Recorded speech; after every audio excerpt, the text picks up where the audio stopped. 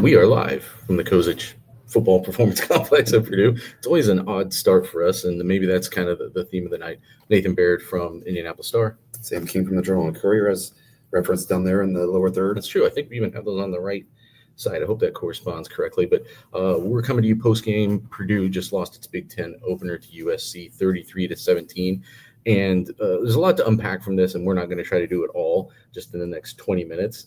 But I think Purdue was both closer to being able to win a Big Ten game against a good Big Ten team than I thought it was coming into tonight.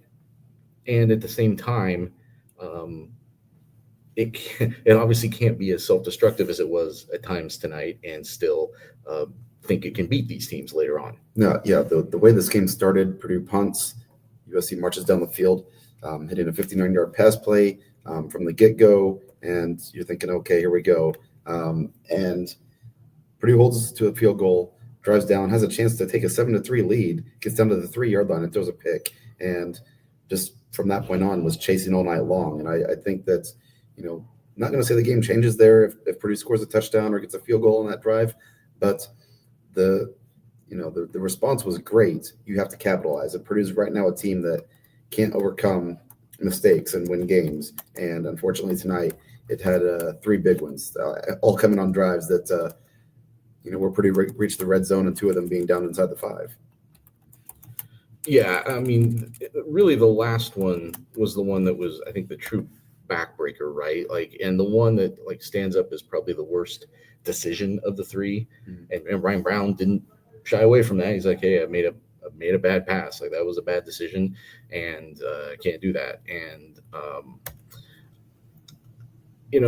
again, I thought that exemplified. I mean, they get in the end zone or the red zone 5 times tonight. And I thought coming into this game, I think as we talked about on Boilers Extra earlier this week, I thought offense was the key. They were going to have to drive to keep USC's potentially explosive offense off the field, and they were going to have to put points up. And they kind of did the first one of those things to some extent, but they just couldn't finish drives. And it's both creates optimism, I think, if you're a Purdue fan, that they can do this against this caliber of team. And I think you're probably taking a step up, maybe an opponent the next 2 weeks, we'll see, but that you can at least compete for 4 quarters against teams like this. But at the same time, to have 3 of those, red zone turnovers are a catastrophe. And especially if the team you're playing can then turn around and get points the other way, you're really digging yourself a hole. And I thought then the one in the middle, the big man pick 6, that was really the one that was kind of the odd one. And Purdue had scored its own odd touchdown, so I think those sort of just equalized. But I thought once they were in a 30-10 hole, then you're just at a spot where you have no margin for error. And even though they're hanging in there, they make it 33-17. Or 30-17, actually, I guess at one point they're in the fourth quarter and driving before they throw that pick. I mean, you're right there from being able to, kind of shock everybody. If you really finish that game strong, and it's there, but it's not there yet. They're still striving for some of the most important ingredients of being able to win a game like this. Yeah. And, we should probably credit Josh Henson and the offense too, because I don't think the line played particularly well, didn't get a lot of push. No. Ryan Brown was under fire all night long. Purdue couldn't run the ball very well at times, and Purdue adjusted. It was a lot of quick passes, just getting guys in space, or, there were a couple times where Ryan Brown made a nice pass downfield and Purdue got big plays out of it. So it was definitely an adjustment as the game went on, and Purdue adapted to probably signaling what was a weakness against USC and finding a way to a degree, I guess, kind of hide some deficiencies it had. I mean, Ryan Brown threw the ball 39 times. So then you add in the 5 sacks, that's 44 times. You're probably not getting out of a game with 0 sacks, but 5's too many. And 4 of those are in the first half. I thought the first half of this game, it's what is it at halftime? It's 17-3 at halftime. But it felt like more than that to me in some ways. And especially because of how Purdue had the opportunity to score and gave it away. And I think at that point in the game, Purdue was 1 of 7 on third down and had been sacked 4 times. And again, it was just an example of the offense not putting enough pressure on USC. Offense kind of bailing USC out on a couple of occasions. I also thought USC bailed Purdue's offense out on a couple of occasions with some personal fouls and some other mistakes. And that's another, it happened some against Southern Illinois last week. And you need to see what this offense can do when it doesn't get that kind of help. And can it sustain drives and score points when that's not happening? But there were still positives in this. We'll talk positives, and then we'll get to what has to be corrected. Defensively, if you told me coming into this game that the defense was only going to allow 26 points, I would have said Purdue's got a shot to win this game. Even with my hesitancy about whether the offense was ready to put up a lot of points, I thought the winner of this game would have to score in the 30s. Or I thought Purdue was going to definitely have to score in the 30s to be able to win. And because USC had scored 132 points in 2 games against teams that are a lower level, but maybe aren't a significantly different level than where we think Purdue might be right now.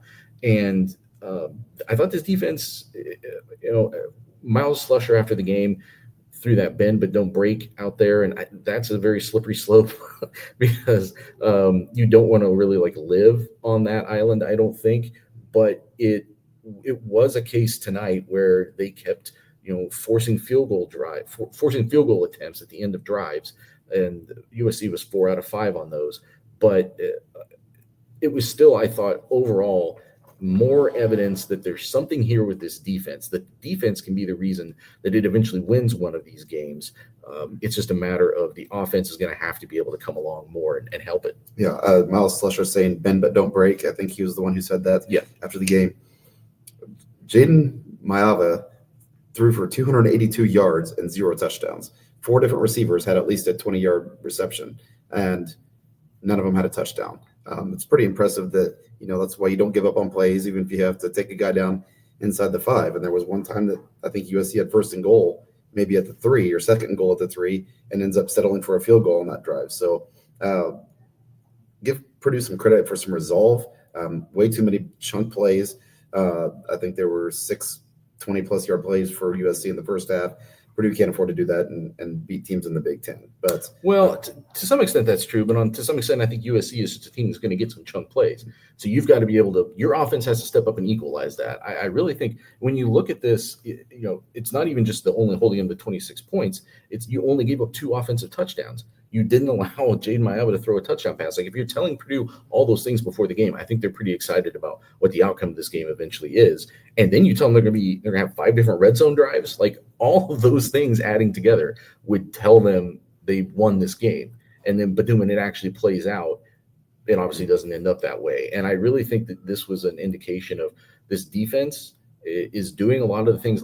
This isn't just coach speak stuff. It plays well together. It flocks to the ball, plays cohesively. They do have depth. You're seeing guys in at the end of this game on critical drives who are not the starters. And there may still be some things that are, especially in the secondary, it still just feels a little unsettled to me. They're trying to figure out who goes where. They did some different things tonight defensively too. We did not see them, I think, through the entirety of preseason camp, play very many 3-man fronts. Right. They did not rep that in practice that I remember. And I didn't see every practice, and we didn't see the Saturday scrimmages. And obviously there's things that they do in the middle of a week sometimes to prepare for a specific opponent. When I asked Barry Odom after the game, were these things that were specific to this game plan, or had there all along been some things that you felt like you had held back and could put on the field in this game? And he said it was both. That there's still some things that they are building towards as this defense comes together, that they're kind of slowly layering into things. But you saw some different personnel starting. You saw some, like I said, the different formations. They started the game with 3 linebackers in the game, and then they started with Alex Sanford as the 3rd linebacker instead of the nickelback. You saw them go into those, like I said, the 3 down linemen. They were sacrificing some pass rush when they did that, but it gave them more of an opportunity to not get burned by this receiving core. Mixed results there, as you were just alluding to. But it told me that this defense and this defensive after 2 largely positive games of defense, this staff looked at what they were doing and said, well, that's not going to be good enough on its own for this game. They came in and they tried some new things, and Some of them were more successful than others, but I think that was still a positive indication of what could lay ahead for this team as it keeps making adjustments. And Purdue did this tonight without Crew Wakely, who's been not a starter, but he's been a guy that's played a lot of reps as safety the first 2 games and is one of the better players on this defense, I believe. And he was listed as questionable going into the game. Was out there warming up before the game, the original game that was supposed to start at 3:40 and not 6:45. But he did not play, so maybe that played into it. But you're right, Alex Sanford out there to start. Josh Burney played a lot tonight, I felt like, on the defensive line, which is a guy who hasn't been out there very much. So they were doing some different things, and I think there were some things that we didn't see throughout camp and probably in the weeks leading up to this game that they were working on, because quite frankly, Purdue, despite the coaches telling us this is a good team, we have to respect them, Purdue knew it had more talent than Ball State and Southern Illinois and could get away with just doing some vanilla things against those teams. Now you're in a situation where it's a conference game. It's a chance to really stamp your program as legit. And so you kind of throw some different things out there, and that's what we got. Unfortunately, just, like we said, Purdue's in a position right now where you have to not play a perfect game, but play pretty mistake-free football to compete and beat a team like USC. On the offensive side of things, I had some questions about this receiving core coming into the season. We had talked about that. I thought they were at times like way too inconsistent in camp. And then when you see that some of the veteran guys like Danilo Morissette and Chauncey Magwood aren't healthy to start the year, that complicates things even further. And I thought tonight, other than the weirdness of Armand Branch was used far less, not even just targeted less, but like used far less. I forgot to ask Barry Odom about it after the game, but we'll get to that with him and Josh Henson on Monday and just what the explanation for that might have been.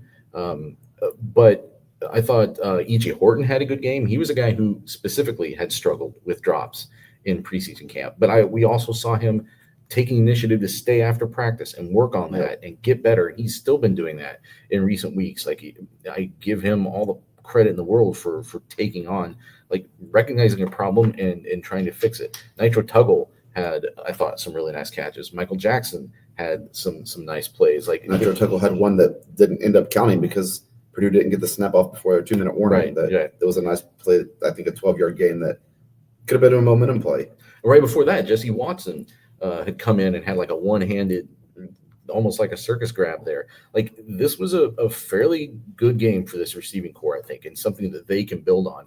And it tells you what is there if the offensive line play improves. I think at some point you're going to have to start considering some offensive line changes. And if Ryan Brown just makes some better decisions at critical times. And it's only game 3. There's a lot of room for, especially in his part, I think, a lot of refinement. This is only the 5th game he's ever started, and there's still a lot more ahead of him to maybe grow into.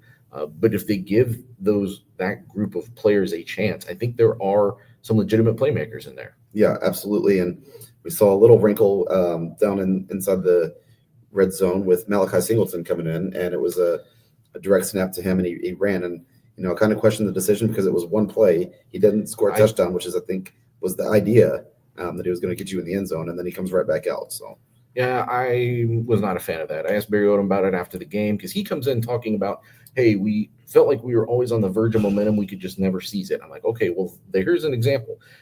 You drive all the way down. Ryan Brown completes like 3 big passes, gets you all the way down. You run with Mockabee for, I think, 2 yards. So it was 1st and goal from the 9. 2nd and goal from the 7 comes up, and they send in Malachi Singleton.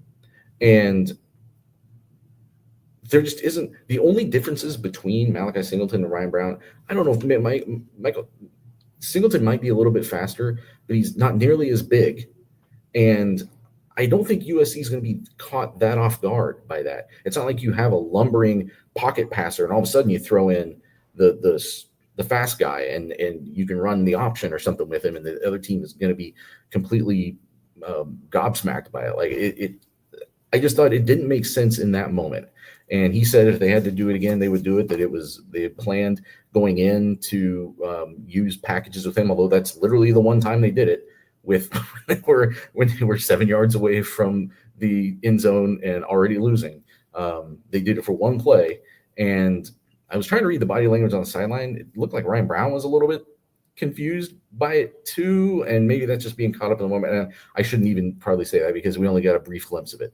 But it was very confusing to me, and I thought, because then he throws an interception on the next play when Ryan Brown comes back in, and there's other things that played into that, probably some a missed block and just a rush decision, but it just really felt like the wrong time to do that. That it was kind of another moment where throughout the course of the night you felt like Purdue had to capitalize, and it was a situation where if Singleton runs it in, we're probably talking about something completely different, but he didn't. So, I should also say, as much as we're talking about how close this game was, let's not forget that they try the trick play, the backwards pass to Michael Jackson III, who then throws it back to Ryan Brown, and the linebacker whose name I can't remember now for USC completely read that play from the beginning. He never left Ryan Brown, which is kind of odd. He tipped the ball. But yeah, so Michael Jackson then throws it back to Brown, who I wonder what the contingency plan is on that play, because Michael Jackson probably should have done something different with it. But he throws it. It's not supposed to be another backward pass, by the way. Ryan Brown did tell us that. So they get lucky there that it's still a backwards pass. The ball ends up on the ground, and Ryan Brown just has the wherewithal to pick it up and run it. Smart on his play. There was no whistle, and everybody else kind of stopped, and he just picked the ball up and took off running. And because of that, he gets 34 yards out of it. But if that pass is 1 yard in the other direction, or maybe like a half yard in the other direction, it's a forward pass. It's a penalty. It doesn't count. Maybe they're kicking a long field goal or something in that case. Instead of getting that touchdown, it makes this game look a little different too. I mean, so again, they both benefited from a weird touchdown and gave one up. That kind of equalizes. But this was still just, they were trying something, I guess, on offense. They said they'd practiced it. I don't think they executed it well, but give Ryan Brown credit. Is not how they drew it up, because Ryan Brown even said, like, he was the one who said, like, it's not supposed to be a backwards There was pass. no contingency plan if it's a backwards pass. He said they'd never practiced the backwards pass, so he just, because he didn't hear the whistle, picked it up and ran with it. I mean, he's a football player. I think that's something that you're kind of getting from these first three games too, is Ryan Brown is just a football player. He's a gamer, and he needs to refine some things. Those red zone interceptions, especially the first and last one, I think showed that. But at the same time, I think you also see how his skills can be the reason Purdue, I think as soon as this season, wins a game it's not supposed to. Yeah, I said that all along. I think with this coaching staff, that Purdue's going to knock off somebody that it's not expected to. Don't know who that's going to be or when it's going to be, but one thing Barry Odom said after the game is he thinks we're pretty darn close to being a good football team. And I think that there's reason to believe that there's optimism that this team can be a pretty decent team by the end of the season. Now, whether that relates to more wins or whatever else, I don't know. But, at least you saw Purdue compete against USC, which, quite frankly, at halftime, I had half a story written that this thing was going the other way and had to just highlight all and hit delete. So, well, and again, just the way the offense was so stagnant, other than the drive that then didn't end in points, like, I think it was fair to think, well, the way that first half ended too, that they knew that Purdue knew it was going to be kicking off to start the second half. So now you're thinking, like, well, the way USC is operating here, they're probably going to be down 24-3 or 20-3, and that's what it turned out to be, I think, right? They scored on the first drive of the third quarter, mm-hmm. So it's 20-3, and I'm sorry, it was, that's right, 20-3 that's before right. that weird play that Purdue gets its first touchdown on. Correct, right.